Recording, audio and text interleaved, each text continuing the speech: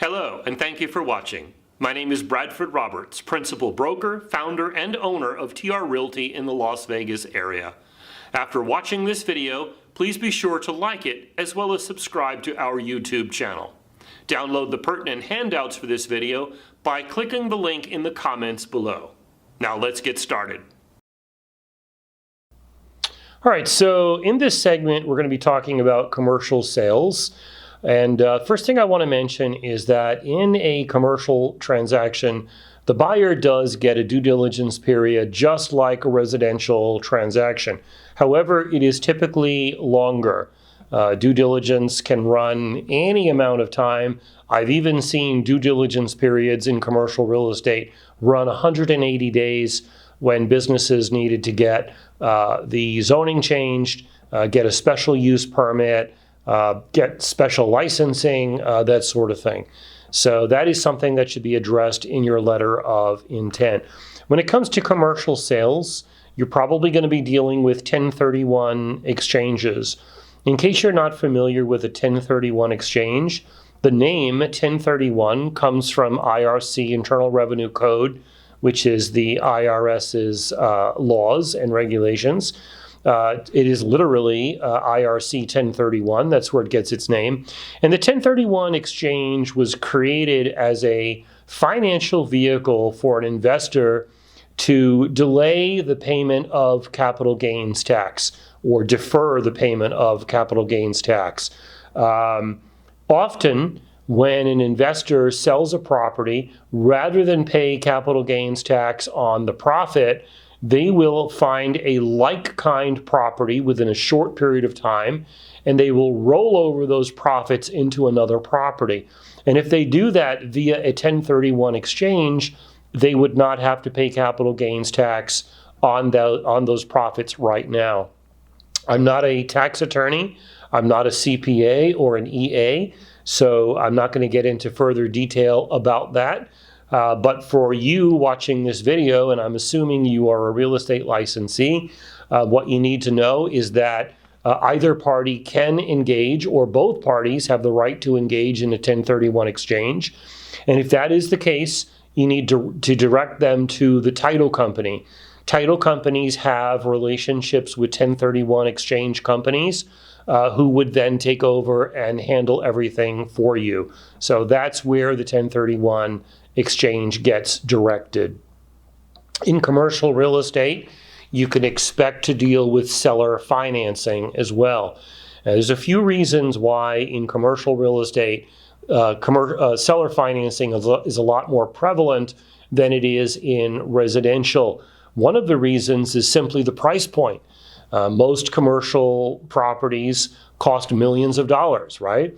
So how many people can find a few $1,000,000 under the cushion of their sofa? So that means very, very few people can afford to buy commercial properties. And without seller financing, it would be even fewer. So a lot of the time when somebody is selling a commercial development, they're willing to do some sort of financing. Another reason why there's so much commercial seller financing is because bank loans are harder to get on commercial real estate. And typically, if you get them, they're for a lower LTV, a lower loan to value. There's no such thing as FHA financing for a mall, right? So there's typically financing that is 75% loan to value, 70% loan to value, or even lower. And if there's a 70% loan to value, that means that the buyer would have to come up with 30% in cash. And again, not a lot of buyers are able to do that, right? So based on the lower LTVs, the difficulty of financing, the big numbers that we're looking at with most commercial transactions, you are going to see a lot of seller financing. And that could be as primary, meaning they would be the first lien holder, or secondary financing, or even tertiary financing, meaning that they would be in third place. Sometimes there's existing seller financing, and as we convey a property from one buyer to the next buyer to the next buyer, sometimes those loans are not paid in full if there's not a due on sale clause in the loan documents, and we're able to continue that financing to subsequent buyers. So that would put the current seller in second or third position. So don't be surprised by that. So folks, if we're going to do commercial real estate, we're going to have to get comfortable talking about real estate financials. I know this can be distressing for many real estate agents. After all, you don't have to be a math major to get a real estate license, right? So a lot of agents struggle over the math, they struggle over the equations and the calculations, but we have to learn this stuff. And what I'd like to do right now is to give you a basic primer on some of those real estate financials, all right? So get your pen and paper ready, turn off the TV, start to focus. This is going to get a little bit more complicated for some of you. So let's begin at the beginning and talk about something really, really simple and basic when it comes to real estate financials. I want to talk about the term rent roll, R-O-L-L, the rent roll. So this is a very informal term. It is not a term that sophisticated investors typically use. This is a term that is usually used for very small apartment complexes or small office buildings. And when we say rent roll, we're just talking about the total amount of rents.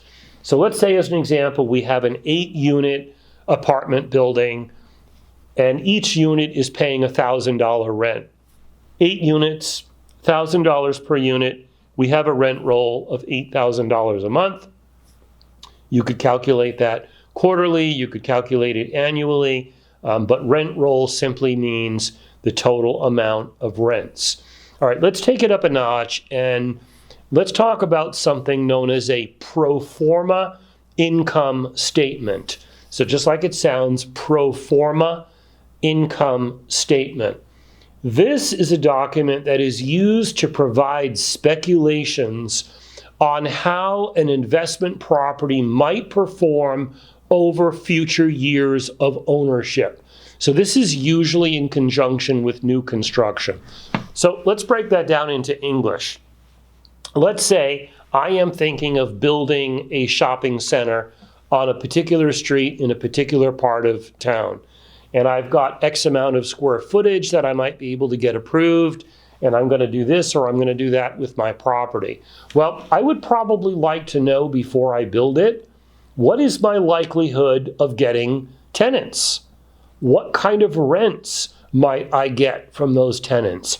Could I land a big tenant? Could I land a Starbucks? Could I land a Domino's?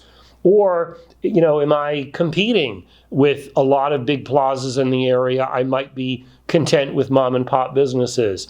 So before I build something, I want an idea of what kind of rate of return I might expect. And that is known as a pro forma income statement. You can imagine this takes some time, some intelligence, some experience, some diligence, some preparation to prepare. But this is purely speculative. And pro forma income statements are typically provided to a prospective lender who might be considering financing our project as well.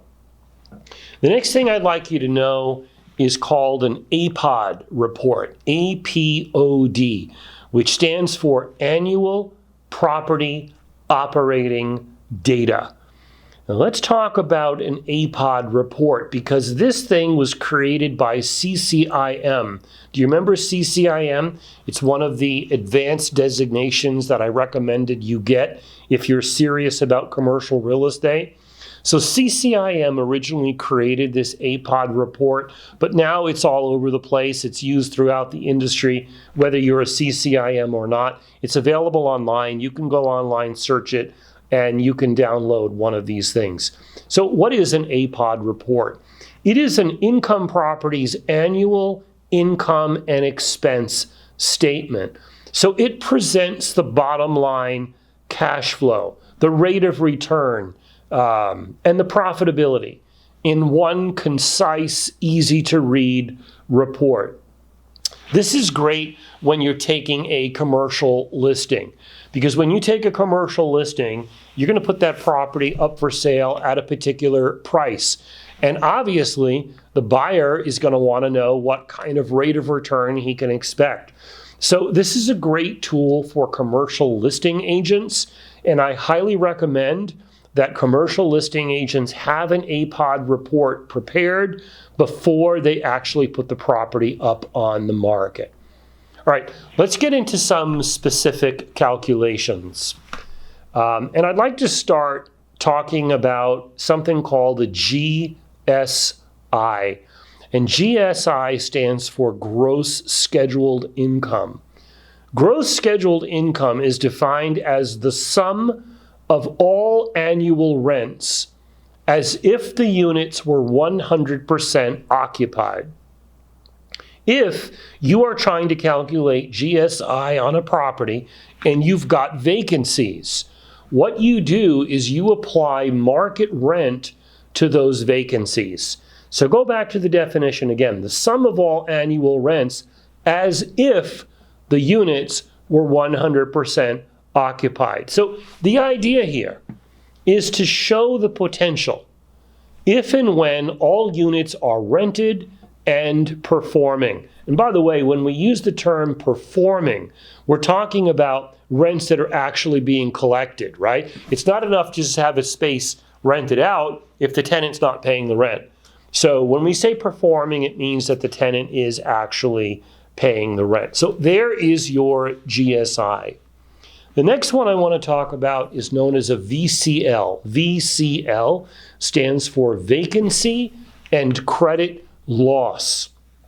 And this is defined as the potential rental income lost due to unoccupied units or non-performing units. And to be realistic, if you're dealing with a project of any size, if you're dealing with a good size office building or shopping center or mall, probably your VCL should be in the neighborhood of 5%. If it's less than 5%, I think there's going to be some skepticism because you can't have every tenant paying rent on time all the time, all the spaces occupied in the real world. That's probably not the case. Even the best and most careful property managers and owners have vacancies and they have non-performing tenants. And conversely, if you've got a VCL that exceeds 5%, 10%, 20%, even with a VCL, you've got a problem property or a problem management. For some reason, we've got vacancies, we've got non-performing tenants. While there is potential for upside in that case, it could be a bit of a red flag to an incoming buyer. So there's your VCL. The next one I want to talk about is EGI, which stands for effective gross income. And effective gross income is pretty easy to calculate if you understand the GSI and the VCL. Because effective gross income is simply the GSI minus the VCL. And GSI minus VCL gives us EGI, and that number represents the amount of rental income you would realistically expect the asset to generate. So GSI minus VCL. And then we have a really fancy one with a fancy name. It's called other income, okay? And literally called other income. And this is the amount of income, if any, you can expect to be collected from other sources. Things like, let's say a coin-operated washer and dryer, a vending machine, extra garage space, storage rooms, billboards that might be on your property. So other than the primary rental income, any other source that generates any amount of income for the property is entitled other income. And then we come to GOI, which stands for gross operating income. And if you understand everything I said so far, GOI is actually really, really easy to calculate as well. It is EGI minus other income. That's simple. EGI minus other income gives us our gross operating income. This is the actual amount of money that you're going to have available to pay the bills for your property, okay? Then we come to operating expenses, which are typically abbreviated CAM, common area maintenance. So other expenses, operating expenses, or CAM would be another way to say this.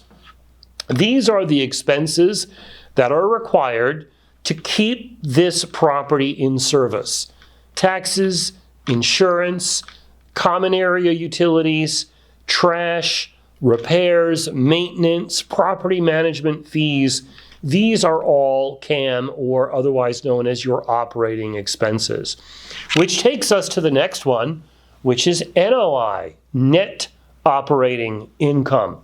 And to repeat myself, if you understand everything we've talked about so far, your NOI is really, really simple to calculate. It's GOI minus CAM. So, the amount of income that is remaining to service your debt once all of your operating expenses are paid. Let me say that one more time. I want to make sure you got it, okay? GOI minus CAM gives us our net operating income, which means after your expenses are paid, this is the amount of money that you have left to service your debt, assuming you have debt. And that takes us to a really important and very, very commonly used calculation known as the capitalization rate. Most people simply say cap rate. And I want you to know exactly how to calculate the cap rate on a property. The cap rate, when it's low, means there is a low return on the investment. So if we had, let's say, a cap rate of 3%, if somebody spent $1 million to buy a property, they can probably expect to make $30,000 in profit at the end of the year. Versus a cap rate that's high, let's say 10% as an example. If they spent $1 million to buy a property with a 10% cap rate, they'd probably expect about $100,000 in profit at the end of the year. Most investors are looking for cap rates somewhere in the 4 to 8% range. Now, this can vary by geography. It can vary by market conditions. It could also vary depending on interest rates and many other factors that can affect commercial real estate. But here is how to calculate your capitalization rate. We're going to take our NOI, our net operating income that we've already learned to calculate. We're going to divide that number by the current market value. So net operating income divided by current market value gives us our cap rate. And as I said, the higher the cap rate, the more attractive this property becomes to an investor. Now let's talk about something called debt service. So debt service is simply the annual total of all the mortgage payments. And it's fairly common in commercial real estate for there to be more than one mortgage on a property. We already talked about seller financing. So it's common that there would be a first mortgage maybe to a lender, a second mortgage maybe to the previous seller.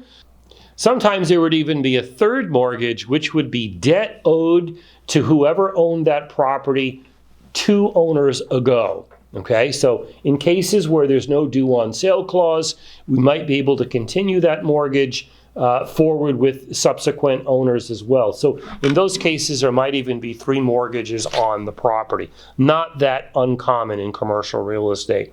So whether there's 1 mortgage or 2 or 3 or whatever, we add all of those up together, and that tells us what our debt service is on the property. And here's where we can get in trouble with a commercial investment. Because even if we have a property that is performing really, really well, let's say we are mostly occupied, we have mostly performing tenants at market rate, we're keeping our expenses down. When we go through all these calculations that we talked about, we get all the way down to net operating income, our numbers can look pretty good. However, Remember that after net operating income, this is where we have a certain amount of money to pay our debt.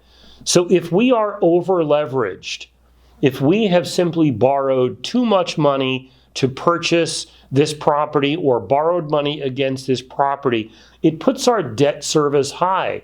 And if our debt service is equal to or greater than our net operating income, we are facing a negative situation. We are underwater. And this is where commercial property owners can get in trouble. And that takes me to cash flow. When you hear the term cash flow, I want you to understand what it means.